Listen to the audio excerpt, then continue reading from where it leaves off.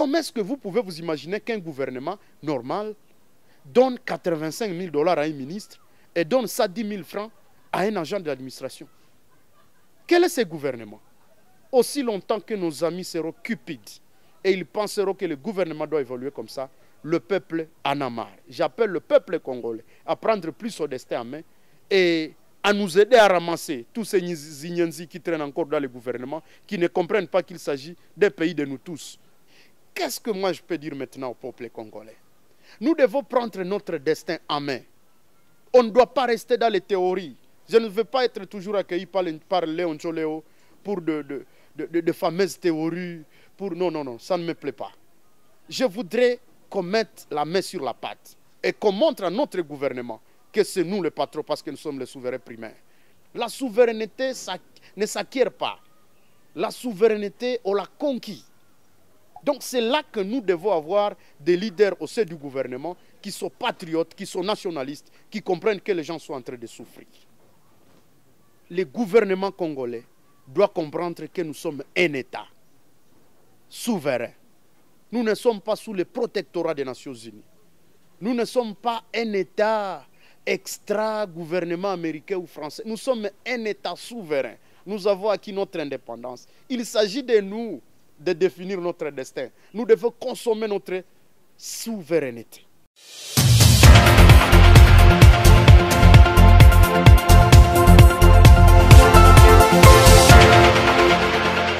Bonjour chers internautes de Léon Choléo, vous nous suivez de partout à République démocratique du Congo, vous nous suivez dans la diaspora.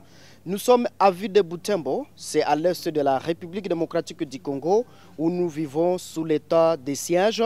Les terroristes du M23 continuent à faire des exactions contre les civils dans le territoire de Rutshuru. Il y a environ 3 mois, les terroristes du M23 contrôlent la cité de Bunagana. Et il continue toujours avec les exactions contre les civils. Il y a cela, ces radios du gouvernement congolais. Ces radios du gouvernement congolais.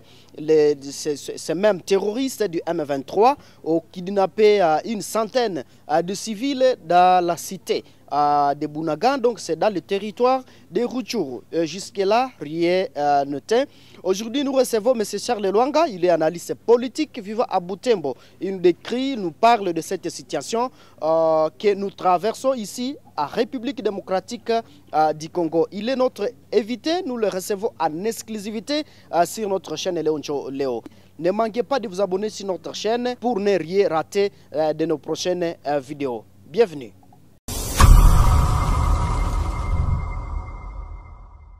Vous, c'est Charles Lwanga. Il est communicateur d'un groupe de pression à Ville de Butembo, c'est Anti-Gang. Nous le recevons en exclusivité sur notre chaîne. Charles Lwanga, bonjour et bonne arrivée. Bonjour, merci beaucoup Léon Choléo, encore pour cette invitation confortable que vous nous accordez. Quelles sont les dernières informations que vous avez maintenant? Oh, merci beaucoup. Attaque activiste pro-démocrate, nous suivons toute la situation de la République démocratique du Congo, que ce soit sur le plan économique avec la pénurie du carburant, spécialement à la ville de Kinshasa, où ça fait très mal lorsque les gens doivent faire la queue dans des stations de carburant pour trouver ne serait-ce qu'un litre, quand le gouvernement ne s'intéresse qu'aux grands magnards, qu'aux gens qui demandent 100 litres, et ça fout de ceux qui peuvent apprendre 2 litres. S'ils font ça référer à la dernière communication de M. le ministre, ça blesse. Ça montre combien de fois le gouvernement congolais ne s'intéresse qu'aux gros poissons et que les tilapias et tous les autres petits poissons, ça n'intéresse pas le gouvernement. Sur le plan social, c'est la grogne, n'est-ce pas? Après l'information qui est infiltrée par un député, je veux parler de Martin Fayoulou, qui a parlé de 21 000 $. Vous vous imaginez 21 000 $ avec les traits de vie de la population de la République démocratique du Congo qu'on accorde à un député et qu'on donne à un enseignant difficilement 100 $. Qu'on accorde à un agent qui travaille dans une division de l'enseignement, on lui donne difficilement 60 $. Donc ça, 10 000 francs. Qu'on accorde à un agent qui travaillent à l'essu 110 000 dollars et qu'on se batte la poitrine. Que c'est ça, c'est qu'on appelle changer la vie de la population. Ça entre, n'est-ce pas, en contradiction avec ce qu'on est en train de dire, le peuple d'abord.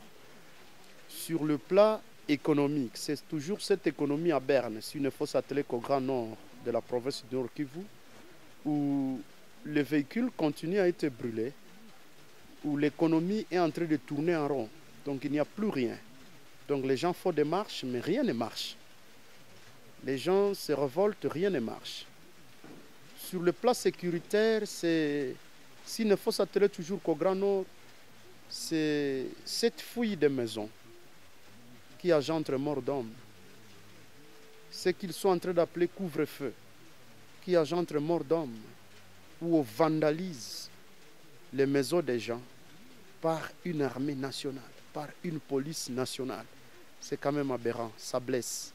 Où on tue les jeunes qui sont morts très récemment en ville de Butembo, à commune Boulenguera Sage, tirés par un agent de l'ordre d'un gouvernement responsable. Et c'est la passe. Qu'on sabote une prison et qu'il n'y ait personne, et alors personne qui ne soit interpellé dans les services de sécurité, qui a été à la base de ces sabotages, qu'on n'en parle pas et que ça passe sous silence radio, c'est quand même aberrant. Ça ne doit qu'étonner. Qu'on enregistre des passages de grands notables, des ministres qui viennent et ils prennent superficiellement les questions de la population. On ne parle pas de l'état de siège, on ne l'évalue pas. On ne parle pas de l'après-MONUSCO. Le ministre s'était, il pense, il arrive, il se contredit, il dit aux gens, il parle de l'autodéfense, au même moment, ces mêmes gens qui devraient faire l'autodéfense, il les démobilise. On ne comprend plus rien de ce qui marche dans cette région. Donc, on se dit finalement, nous sommes dans un état de non-état. On ne comprend rien de ce que Kinshasa passe de la guerre à l'Est. La dernière actualité, c'est la guerre du M23, où finalement, ça passe sous silence radio, un mouvement rebelle qui prend une entité pendant pratiquement 3 mois. Les gouverneurs continuent à être gouverneurs. La population, elle ne sait plus si elle appartient à la République démocratique du Congo ou au Rwanda. Et finalement, on reste dans un état de non-état. Et personne ne parle, ça devient logique comme ça. C'est quand même étonnant. Alors que nous avons des députés, nous avons des notables, nous avons un président de la République, nous avons des institutions qui sont légalement établies, mais qui acceptent quand même de cohabiter avec un mouvement rebelle. C'est curieux. Si Charles Luanga, je rappelle aux téléspectateurs de la chaîne Léon Joléo que vous êtes analyste démocrate, donc ici à Ville de Butembo. Mais c'est Charles Luanga, directement nous entamons le 6 juin, 10 jours. Je sais que vous êtes bien informé sur la situation de l'Est de la RDC, de la République démocratique du Congo. Vous suivez de près et de loin cette situation. Vous venez directement de le dire qu'au moins il y a environ 3 mois que le M23 occupe toujours Bunagana, donc c'est dans le territoire de Rutshuru. Vous personnellement, M. Charles Luanga, quand vous voyez le M23 contrôler la cité de Bunagana, qu'est-ce que vous passez 3 mois après? Je ne veux d'ailleurs pas dire contrôler, comme vous le dites, la cité. Je veux dire gouverner la cité de Bunagana. Parce qu'en fait, il est quand même inadmissible que dans un État, une rébellion cohabite et prenne la gouvernance d'un territoire. C'est quand même un truc qui ne se comprend pas sur le plan de la gouvernance sécuritaire. Depuis que le gouverneur de la province a eu une discussion très sérieuse avec nous à Butembo, après les échauffourées, la résurgence de groupes armés à ville de Butembo, depuis que le mouvement citoyen et le groupe de pression, toutes leurs marches ont tourné finalement à des violences, le gouverneur s'est quand même dit, dans une question lui adressée par mon ami de la Lucha, il a dit qu'il ne se sent pas gouverneur, il ne se sent pas dans sa peau lorsqu'il cohabite avec un groupe rebelle. Mais où est-ce que je situe alors la question? Si vous voyez un groupe armé persister dans un État, disons un groupe armé qui gouverne un territoire sur un État, c'est que ce n'est plus un groupe armé. Parce qu'un État responsable ne discute pas avec une rébellion. Un État responsable frappe la rébellion. Et si notre État n'a pas frappé la rébellion, c'est parce que l'État venait de qualifier cette rébellion de terrorisme. Maintenant que c'est un mouvement terroriste qui est sur le sol congolais, la diplomatie agissante voudrait que l'État congolais appelle alors à d'autres États ou à d'autres puissances de venir en aide. Parce qu'ainsi que vous le savez, lorsqu'il y a les talibans, lorsqu'il y a les Al-Shabaab, en Afrique de l'Ouest, ce sont les Français qui arrivent. Mais si nous avons dit ça de manière lapidaire, que ce sont des terroristes, et que les autres ne nous ont pas attendus par cette oreille, c'est que nous avons menti à nous-mêmes. Nous avons menti à notre peuple. Le gouvernement a donc menti au peuple congolais qu'il s'agissait de terroristes. Parce que sinon, pourquoi on peut le laisser tout un territoire? Ça ne se comprend pas. Il y a un problème de diplomatie agissante. Je vais vous rappeler ce que l'ancien porte-parole, n'est-ce pas, de la MONUSCO a dit, que le M23 était en train d'agir avec des armes plus sophistiquées et qu'avec cette artillerie, le FARDC n'était pas capable d'affronter ce groupe armé que le gouvernement avait qualifié de terroristes. Maintenant que déjà les Nations Unies, donc la bouche autorisée de la communauté internationale, reconnaît, n'est-ce pas, que c'est impossible que le FARDC affronte ce mouvement rebelle, voilà ce qui a fait peur au gouvernement congolais. C'est donc la politique de la main noire internationale. C'est là qu'il faut l'évoquer. Donc le M23 bénéficie d'un soutien de la communauté internationale. Et c'est pourquoi le M23 devient inattaquable. Parce qu'en fait, la proportionnalité des forces a déjà été dite par les systèmes des Nations Unies lorsqu'on intimide les FARDC que cette force à laquelle vous voulez vous confronter est strictement supérieure à vous. À d'autres termes, inutile de faire la guerre parce que vous la perdez à l'avance. Et c'est là que le gouvernement congolais devrait saisir la balle au bon, n'est-ce pas, pour exploiter cette déclaration et montrer que le M23 est effectivement soutenu par la communauté internationale. Parce que dans la loi de la guerre, cela fait peur aux forces qui sont sur terrain. Quel est ce militaire qui sait qu'il a un fusil AK-47 qui va s'affronter à quelqu'un qui a un RPG ou, si vous voulez, un RPG, je vais d'en parler, ou autre type d'arme plus supérieure à sa capacité. Cela signifie que notre gouvernement a, à d'autres termes, consacré la force du M23. Maintenant que le gouvernement congolais, lui-même, il a dit que ce n'est pas le M23, mais c'est une présence rwandaise sur le sol congolais. Voilà ce qui nous amène maintenant à ce que le M23, entre guillemets, sous le sobriquet de RDF, commence à nous montrer sa capacité de nuisance, notamment en montrant que je suis capable d'arrêter un convoi ou de kidnapper des réfugiés pour que je fasse attendre ma voix. Oui, c'est là où on aborde directement avec vous, M. Charles Lwanga. Vous êtes analyste pro-démocrate et vous suivez cette situation, ce depuis hier que l'armée rwandaise, disons, qui se cache au nom de M23, qui a arrêté un convoi et kidnappé une centaine de citoyens congolais dans les Rutshuru. Vous, personnellement, quand vous avez écouté cette information, quel est votre point de vue?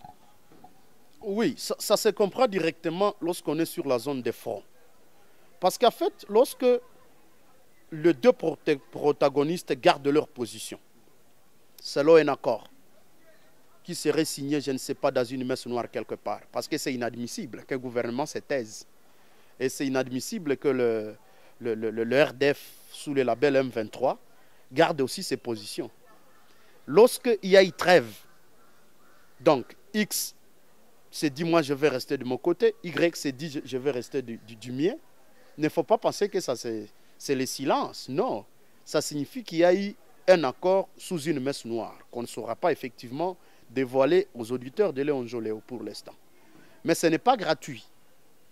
Cela signifie que le RDF, sous le label 123, voulait maintenant faire son actualité. Parce que c'est comme ça que ça évolue dans la guerre. Il faut aussi communiquer. Le RDF a communiqué une façon de mettre pression sur le gouvernement congolais. Parce que cet accord-là, dans la messe noire, elle a certainement des articles ou des clauses qu'on doit respecter. Mais là, il s'agit maintenant de ce que nous appelons le calendrier. Il se pourrait que le gouvernement congolais tarde à prendre des décisions par rapport à ce qui se passe dans les Tchanzu, à Bunagana et dans les Runyoni. Et pour le RDF, caché sous le label 123, il faut arriver à mettre une pression sur le gouvernement congolais. Et quelle est cette pression-là? C'est ce kidnapping de ces réfugiés, malheureusement innocents. Lorsque le RDF se comporte de cette façon-là, c'est une façon de lancer un message au gouvernement congolais que nous sommes impatients. C'est comme ça qu'il faut lire la question. Malheureusement, sous cette situation innocente de ces personnes, qui je ne sais pas, ils sont dans quelles conditions, ils sont en train de vivre quelle vie, est-ce qu'ils appartiennent à cet État, est-ce qu'ils appartiennent au Congo, est-ce qu'ils sont en train de se reprocher de quitter de leur milieu d'asile, est-ce qu'ils pouvaient rester là-bas, ces sortes d'enfants, ces sortes de femmes. Et attendez, le RDF a besoin d'hommes. Ça signifie que les rares hommes qui ont été kidnappés seront victimes, soit forcés d'agir, soit forcés d'appartenir à ce mouvement, soit ils vont subir un lavage de cerveau. C'est ce qui est désolant. Et qu'est-ce qui nous gêne dans tout ça? Attaque analyste pro-démocrate, c'est le silence inouï, un silence coupable du gouvernement congolais, où on ne parle pas. On s'était. Personne n'en parle, même pas les gouverneurs de province. Même pas l'ava-plage. Quoique c'est Léon Joléo qui sera peut-être à la base qu'on en parle de vive voix, parce que le reste, c'est dans les réseaux sociaux. Et quel est ce gouvernement qui peut abandonner sa population dans les réseaux sociaux? C'est un gouvernement qui est irresponsable. C'est ce gouvernement qui s'en fout de sa population. C'est là que nous sommes en train de situer la question entre l'hypocrisie des autorités et la naïveté de la population. Parce que si on continue à être naïf, qu'on continue à nous déployer des autorités, les gouverneurs arrivent à Rutshuru, ils semblent parler à la population comme si la question rentrait dans son ressort, et après il échappe à la question, il dit que ça relève du gouvernement central. Lorsqu'on veut traiter la question des groupes armés, il remet la question dans les programmes de réinsertion et de démobilisation. Une question qui n'est pas à sa compétence. Lorsqu'on veut parler des opérations militaires, les gouverneurs rentrent toujours dans des cachettes où il se dit qu'ils s'occupent de l'administration et que ce sont les opérations Sokola qui s'occuperaient de ceci ou de cela. Mais que fait ce gouvernement? Qu'est-ce qui ne peut pas révolter une population? Quand est-ce que les gens ne peuvent pas décider de quitter Rutshuru pour Goma à cause de la colère? Vous vous imaginez les familles d'accueil qui s'attendaient à avoir le leur. Qu'est-ce qu'ils vont devenir? Et c'est là le début de l'escalade de la violence. Parce que la colère a des moments. Des fois, on peut comprendre, c'est la morale. À un certain niveau, on peut sembler agir par ce que nous appelons la justice populaire. Mais à un certain niveau, on peut agir contre son État. Parce que nous sommes dans un État de non-État, comme je vous l'ai dit. Parce que si nous sommes vraiment en démocratie, et que le slogan « le peuple d'abord » soit vraiment la base d'un gouvernement, Mais pourquoi les gens continuent à souffrir? Pourquoi la guerre ne finit pas à l'Est? Pourquoi le président de la République aurait fait autour de 100, 300 voyages et il ne vient pas avec une diplomatie agissante? Il ne nous vient qu'avec les investisseurs. Et quel est cet idiot investisseur qui viendrait dans une zone qui soit exposée à la guerre, qui soit, n'est-ce pas, toujours à violence? Quel est cet investisseur qui va mettre son argent à jeu? Voilà des grandes questions que nos élus, des grandes questions que les notables devraient traiter. Parce que toutes les solutions, moi je suis convaincu, Léon Joléo, ne viendront pas du sommet. Les solutions peuvent venir de la base. Il nous suffit de prendre conscience et de dire, nous avons besoin de ceci, nous l'aurons. Je n'ai jamais vu un gouvernement qui a gagné un peuple. Ça n'existait pas. Ce qui est en train de se passer sous d'autres cieux, ça peut arriver à la République démocratique du Congo. Oui, merci, monsieur Charles Luanka. Cher internaute de Léon Joléo, lui c'est Charles Luanka, il est analyste pro démocratique ici à République démocratique du Congo, précisément à Butembo, là où nous sommes maintenant. Monsieur Charles Luanka, il se pourrait que les terroristes ont des armes plus sophistiquées que les nôtres, raison pour laquelle les terroristes du M23 sont toujours gouvernent, comme vous l'avez dit, gouvernent Bunagana.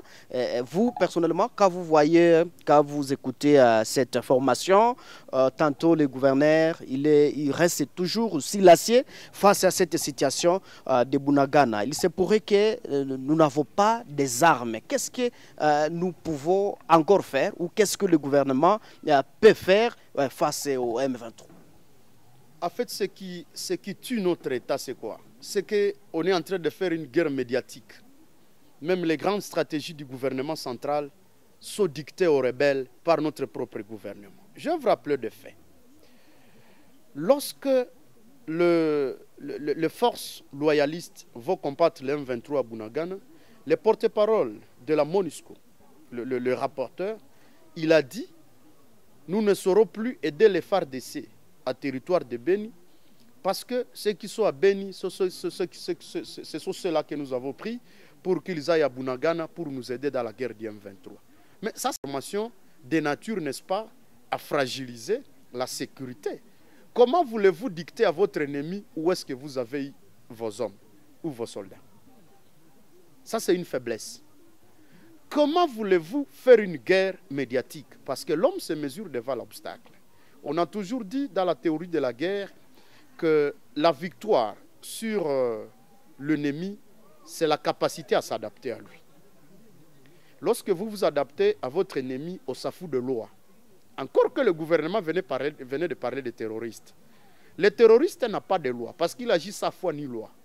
Ça signifie que quand vous vous battez contre lui, il faut supprimer le droit international humanitaire. Il faut supprimer la loi de la guerre.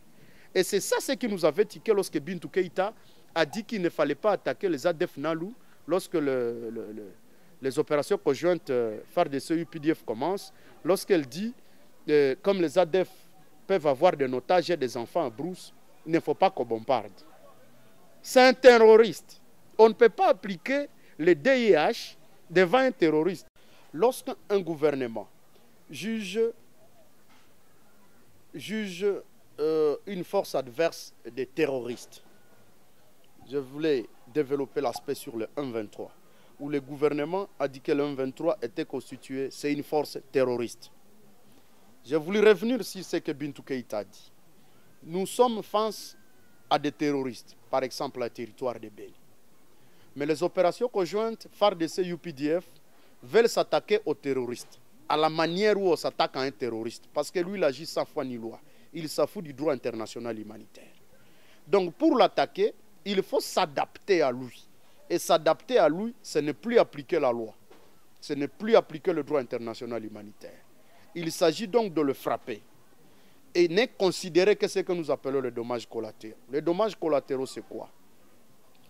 Lorsque on frappe, par exemple, où nous sommes ici, et que c'est une bombe qui visait un ennemi qui était ici, et que nous amourions, c'est normal. On nous appelle dommages collatéraux.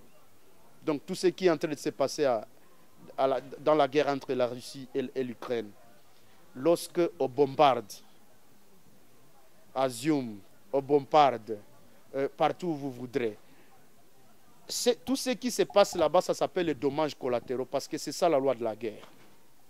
S'agissant maintenant du terroriste, les terroristes, lui, il s'en fout. Il peut kidnapper même des jeunes filles dans une école. Il s'en fout de ce que vous appelez droit de l'enfant. Il s'en fout de ce que vous appelez droit international humanitaire. Quand il a kidnappé quelqu'un, il le traite à sa manière, pourvu qu'il obtienne ce qu'il a. Comment nous, lorsque nous nous battons contre lui, nous allons parler de droit international humanitaire? Loin s'en faut. C'est donc un truc qui nous fragilise.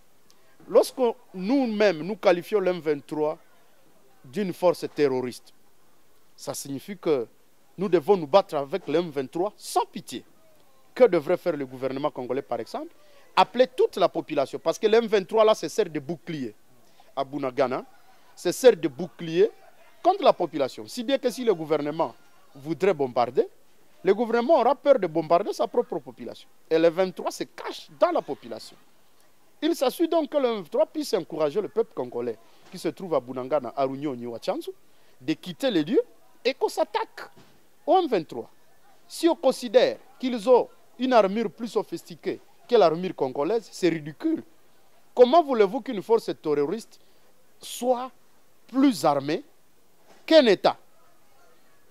C'est inadmissible. Autrement, s'il en est ainsi, qu'attend donc le gouvernement congolais de recourir aux autres forces? Parce que nous appartenons à des organisations régionales. Il n'y a pas longtemps, nous avons adhéré à l'EAC, nous sommes dans la SADC, nous appartenons à l'Union africaine, nous sommes dans les Nations Unies. Tout ça, ce sont des forces auxquelles on peut recourir. Encore, plus encore, on peut recourir à un autre État.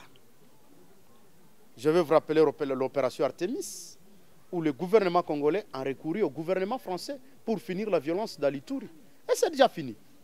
Parce qu'aussi longtemps que nous recourons aux forces régionales, ce sont des forces de trop. Donc, on aura et les Nations Unies, on aura la force FARDC-UPDF, on aura les forces de l'EAC, on aura notre propre FARDC, on aura les groupes armés avec lesquels le gouvernement congolais coopère sur terrain. On aura, donc, finalement, nous serons dans la jungle des forces armées. Et c'est là que les autres États sérieux tirent leurs ficelles de l'épingle et exploitent les richesses de la République démocratique du Congo. C'est là que je me suis toujours posé la question de savoir, est-ce que nous avons des stratèges au ministère de la Défense de la République démocratique du Congo?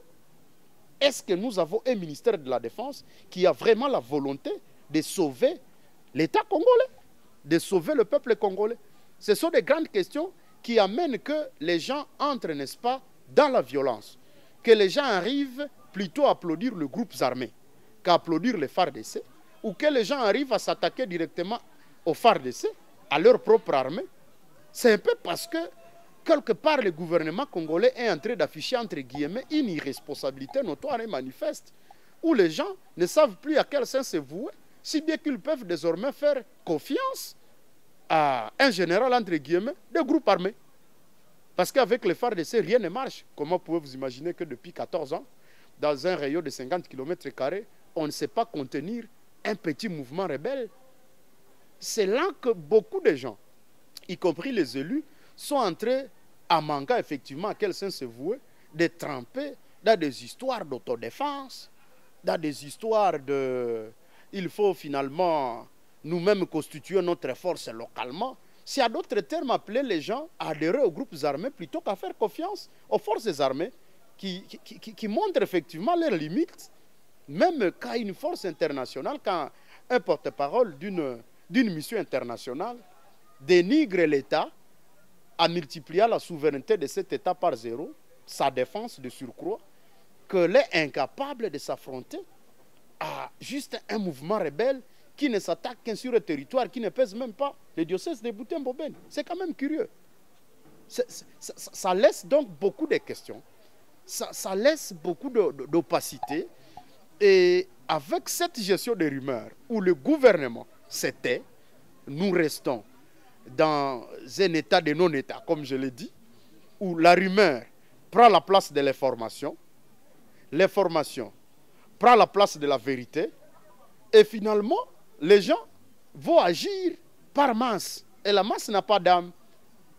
C'est là que, sous ces silences inouïs, que je qualifie de coupables du gouvernement congolais, devant toute cette souffrance, que les gens se disent finalement, il se pourrait que l'Est de la République démocratique du Congo est devenu ingouvernable. Parce que ça étonne que le président de la République dénonce. Donc un parent qui dit cet enfant ne se lave pas. Un papa dans sa famille dit cet enfant ne se lave pas. Si le commandant des forces armées peut dire que non, l'armée est formée des affairistes, qu'est-ce qu'il attend pour enlever les affairistes quand il dit que l'armée de la République démocratique du Congo est infiltrée? Mais qu'est-ce qu'il attend pour l'exfiltrer? Parce que c'est lui le commandant suprême. Donc, si moi, activiste et pro-démocrate, je peux dénoncer. Si le président de la société civile peut dénoncer. Si les députés, parce que même dans des groupes sociaux, les députés aussi sont en train de dénoncer et de dire non, nous devons nous-mêmes nous prendre à charge. Même un député il dit ça. C'est lui qui est censé sanctionner le ministre de la Défense. Lui aussi, il dit ça. Si le président de la République dit la même chose, si les notables du milieu il dit la même chose, c'est que c'est vrai, nous devons tous adhérer aux groupes armés pour nous libérer. C'est qu'à d'autres termes, nous avons un feu vert, nous avons un chèque à blanc, qu'il nous suffit seulement d'exploiter pour nous libérer nous-mêmes.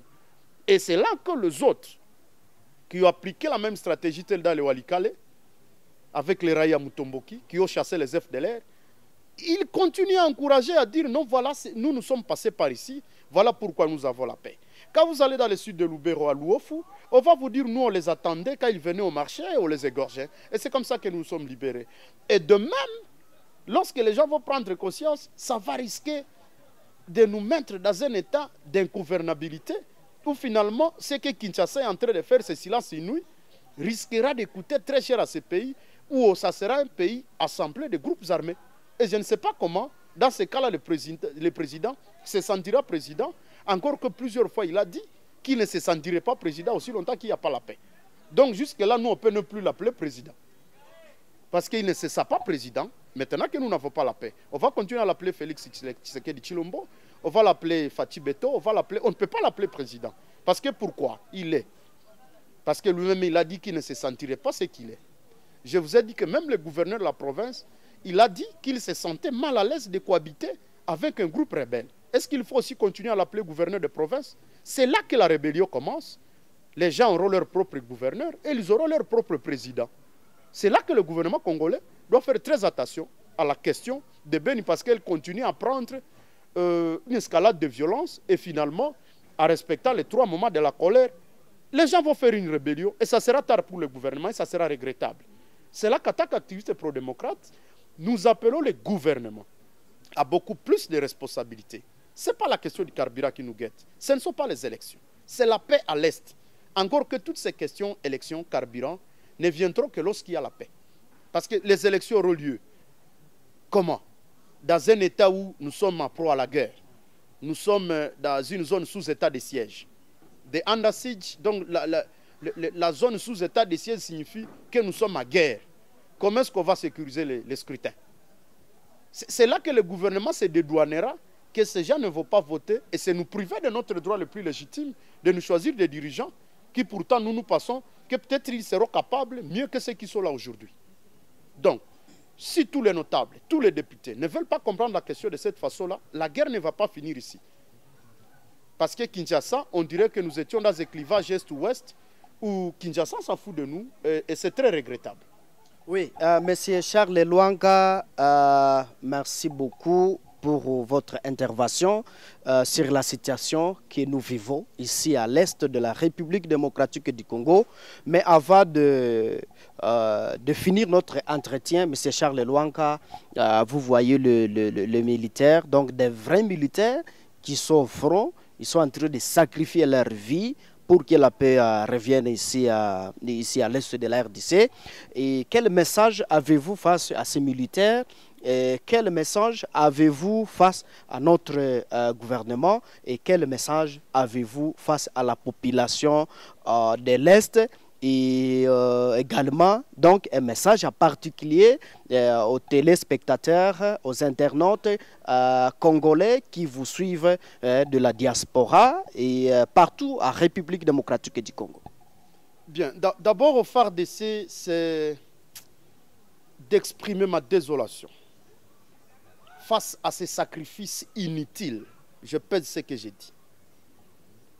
Aussi longtemps que les FARDC sont en train d'agir en descendant d'un système qu'ils ne comprennent pas, ces sacrifices deviennent inutiles. Ils sont en train de mourir en innocents. Ils ne seront même pas martyrs. Parce que si une pomme de terre pourrie est dans un sac sain, alors cette pomme de terre-là fera pourrir tous les sacs. Et c'est malheureusement ce qui est en train de se vivre dans les FARDC. Les FARDC, comme je vous l'ai toujours dit, c'est un conglomérat de groupes armés. Ce n'est pas encore un corps. Or, l'armée forme un corps.